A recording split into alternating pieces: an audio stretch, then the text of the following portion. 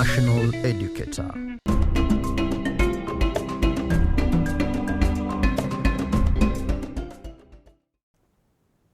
Good afternoon to you and thank you for joining us. My name is Usha Jose with a brief news update as well as the afternoon schedule. Education CS, that is George Magoha, yesterday presented the emergency strategy for education to Parliament. Now, the plan with regards to the coronavirus pandemic requires 24 billion shillings to be implemented and will run for a period of 18 months starting next month. Ministry of Education officials will next Wednesday present a revised budget of the same to Parliament, and we will keep you updated on that. Now, moving on to the afternoon schedule, you do remember that for the afternoon we have reserved this time mostly for the upper primary as well as the secondary learners. At 2 p.m. we will have the class 8 students who will be studying Kiswahili all the way to 2:30 p.m. and today's topic of the day is kusikiliza na kuzungumza.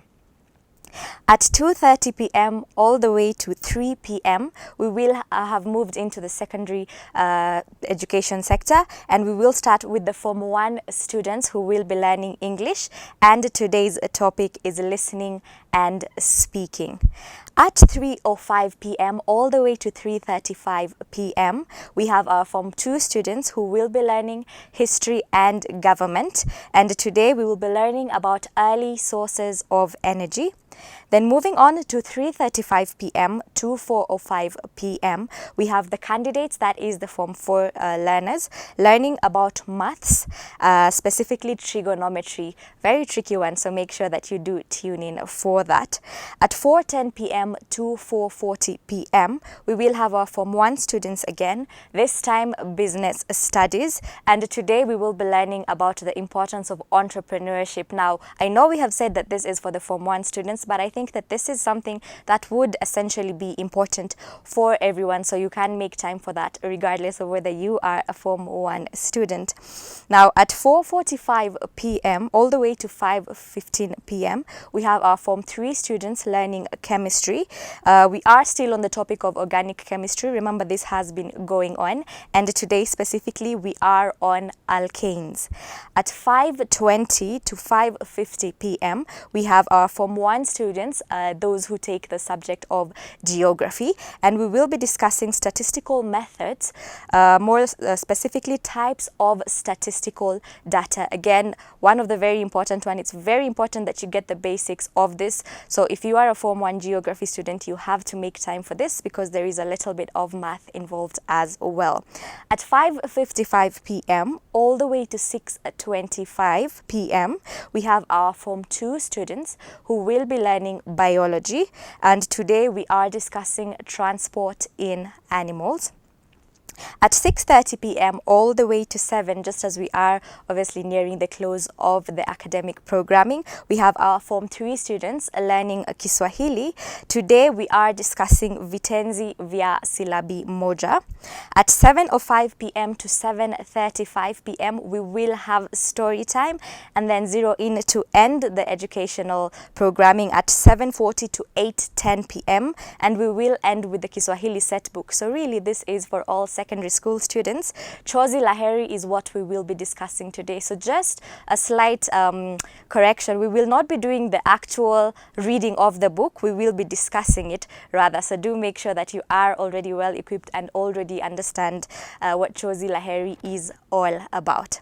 Now, today's topic of parental environment or empowerment, beg your pardon, is on a positive discipline. This is something that we had already started discussing, but just to jog your mind real quick, we remember the purpose of positive discipline is to create long-term installation of values as opposed to short-term fixes or just trying to make the child feel bad. We need for them to understand why exactly they're expected to follow a specific path. And most important when it comes to positive discipline is that the child is actually given a chance to make the decision for themselves, depending on what the consequences will be, as opposed to them feeling like they are forced into making a specific decision. Now, in order to best understand where our children are coming from, so as to be better equipped to instill this positive discipline, we need to know why our children are behaving in a particular way in the first place. That is, the child's misbehavior is only a symptom but not the core cause of the issue. And so we will begin with the three basics that may cause misbehavior. Children have needs, which then makes them misbehave. So we have the attention need, which is the first.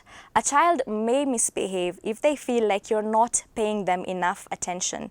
And this happens very often because as a parent, you do have other things that you're worrying about. There's your own work, you have to follow up also on the other children, have they done their homework? And it's very easy for a child to feel that you're not giving them one-on-one attention. Perhaps you feel like if you just ask, has the child eaten, did they bathe today, then that's done and you have covered it. But children actually need for you to sit down with them and concentrate and actually listen to them beyond that. And so for this, we would advise that you at least make sure that you set time aside every day for your child, where it's not about what did they eat. It's pretty much just you hanging out with them, phones aside, TV aside, just you giving them the attention that they require.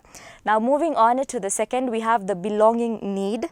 Remember, as children, and especially in the case of children who are the only children in their homes, they tend to relate a lot with adults. But a lot of the time, as an adult, you see this as a child, so you don't necessarily always put them in when it comes to discussions. We even have cases where your friend might come over to visit you and you tell your child, go and play there, I'm talking to my friend right now. And they don't feel like they belong because at the moment it feels like this is an adult world and they're children and they're not really sure where exactly they belong. So it's important in all of the family's activities to keep this in mind and to always have a place where the child feels like their voice is heard, you know. So moving on to the last and final one, the control need. Now remember, as children, a lot of the times they're not given much choice, and all of us have a need to feel a little bit in control of the situations around us. Now, for example, a child already has their schedule planned out for them. There is a specific time that they have to go and bathe, and when they come out, they'll probably find out their clothes have already been chosen for them. So it might be helpful at this point to help them feel like some of the decisions are theirs. I'm not saying that you give the child the option to decide whether they will shower or not, because they might choose not to shower, but how about you ask them, would you like to shower at 10 a.m. or 11 a.m. so that they feel they've still been given a choice? Or you might pick out their trousers for them, but ask them, would you like the pink t-shirt or the red t-shirt? At least give them something, a decision for them to feel like they have actually made a decision all on their own. Now, that brings us to the end of it, hoping that you will, the next time your child misbehaves, you will take a step back and sit and ask yourself, why is my child behaving like this? And be able to better then deal with the situation. I will just leave you with this last line, which is that though children prefer positive ways to have their attention, they have realized that negative reactions are better than no reaction at all. And this is why a lot of the times they tend to act out. So that does bring us to the end of today's parental empowerment. Classes do go on at 2 p.m. as I told you, and I will be back at 6 p.m. at 7 rather, or at the end of the classes, beg your pardon, to give you the last parental tip. Till then, happy viewing.